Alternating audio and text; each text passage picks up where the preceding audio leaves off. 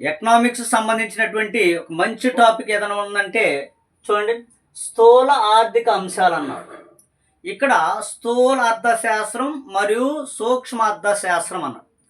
1933 సంవత్సరంలో Ragnar fish అనేటువంటి వ్యక్తి ఏం చేశాడంటే అర్థశాస్త్రాన్ని స్థూల అర్థశాస్త్రం, సూక్ష్మ అర్థశాస్త్రాన్ని అని చెప్పేసి రెండుగా విభజించడం జరిగింది.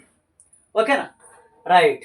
ఇప్పుడు ఇక్కడ 1930 సంవత్సరంలో ప్రపంచవ్యాప్తంగా ఆర్థిక మాంద్యం అనేది సంభవించడం జరిగిందనే విషయాన్ని మనం చెప్పుకోవచ్చు. రైట్, ఓకేనా.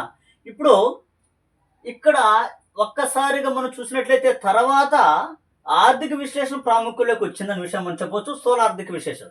ఇప్పుడు ఈ స్థూల అర్థశాస్త్రానికి సంబంధించినటువంటి అర్థశాస్త్రంలో మనకు ఉన్నటువంటి బిట్స్ అన్ని కూడా మనం చూద్దాము.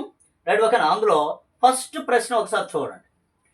ఈ క్రింది వారిలో సాంప్రదాయ ఆర్థికవేత్త వర్గానికి చెందని వారు అన్నాడు. ఎవరంట ఆయన? డాల్టన్ అనేటువంటి వ్యక్తి సాంప్రదాయ ఆర్థికవేత్తగా వర్గానికి చెందని వ్యక్తి. ఆడమ్ స్మిత్ ఎప్పటి నుంచో ఉన్నాడు, అందుకే సాంప్రదాయ ఆర్థికవేత్త అన్నాడు, అంటే ఎకనామిక్స్ట్. డేవిడ్ రికార్డో ఎప్పటి నుంచో ఉన్నాడు ఈయన. మరియు అదేవిధంగా రాబర్ట్ మాల్దాస్ జనాభా సిద్ధాంతాన్ని ప్రవేశపెట్టినాను.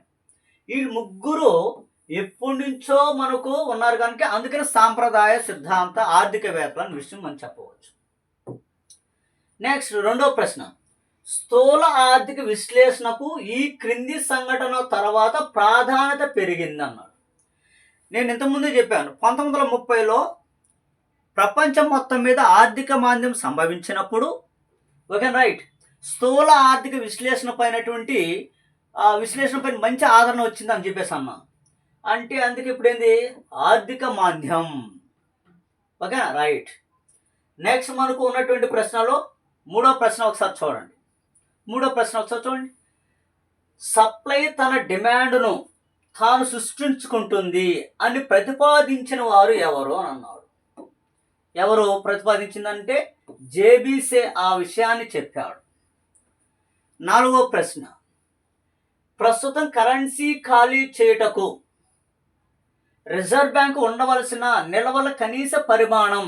ఎప్పుడు కూడా కరెన్సీని ముద్రించాలనంటే రిజర్వ్ బ్యాంకులో గోల్డ్ రూపంలో కావచ్చు, విదేశీ సెక్యూరిటీల రూపంలో కావచ్చు, 200 కోట్లు విలువ ఉన్నప్పుడు మాత్రమే దాని ఓట్లకి రీప్లేస్గా మనం కరెన్సీ నోట్లు ముద్రించడం అనేది జరుగుతుంది. ఇదిగో 200 crores.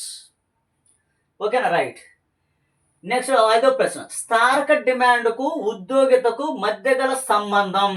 ఎప్పుడు కూడా డిమాండ్కు ఉద్యోగితకు ఎలాంటి సంబంధం ఉందంటే అనులోమ సంబంధం ఉంటుంది. ఏ సంబంధం ఉంటుంది? అనులోమ సంబంధం ఉంటుంది. నెక్స్ట్ ప్రశ్న, 1936లో సార్వత్రిక ఉద్యోగిత వడ్డీ ద్రవ్య సిద్ధాంతం ద్వారా స్థూల అర్థశాస్త్రానికి గొప్ప పునాది వేసినది. ఎవరు గొప్ప పునాది వేసింది అని అంటే జేమ్ కీన్స్ అనేటువంటి వ్యక్తి గట్టి పునాది వేశారనే విషయం మనం చెప్పవచ్చు. నెక్స్ట్ మనకున్నటువంటి ప్రశ్నలో మరొక ప్రశ్న, సాంప్రదాయ అర్థశాస్త్రం అనే పదాన్ని మొదటగా ఎవరంటే ఉపయోగించింది అని అన్నాడు. సాంప్రదాయ అర్థశాస్త్రం అనే పదాన్ని మొదటగా ఉపయోగించింది ఎవరనంటే కార్ల్ మార్క్స్. కార్ల్ మార్క్స్ మొట్టమొదటిసారిగా ఉపయోగించింది. 8వ ప్రశ్న, వేతనాలు తగ్గించడం ద్వారా సంపూర్ణ ఉద్యోగితను చేరుకోవచ్చునని వేతన కోత విధానాన్ని ప్రతిపాదించినది ఎవరనంటే పిగోని ప్రతిపాదించింది. ఎవరు? పిగో. కనుక ఇలాంటి ప్రశ్నలు కూడా మనం చూడాలి. ఇలా ప్రతిరోజు నేను ప్రామాణిక ఉన్నట్టు నేను చేస్తాను. నీట్గా చదవండి, డిఎస్సిని సాధించండి. ఓకేనా, రైట్.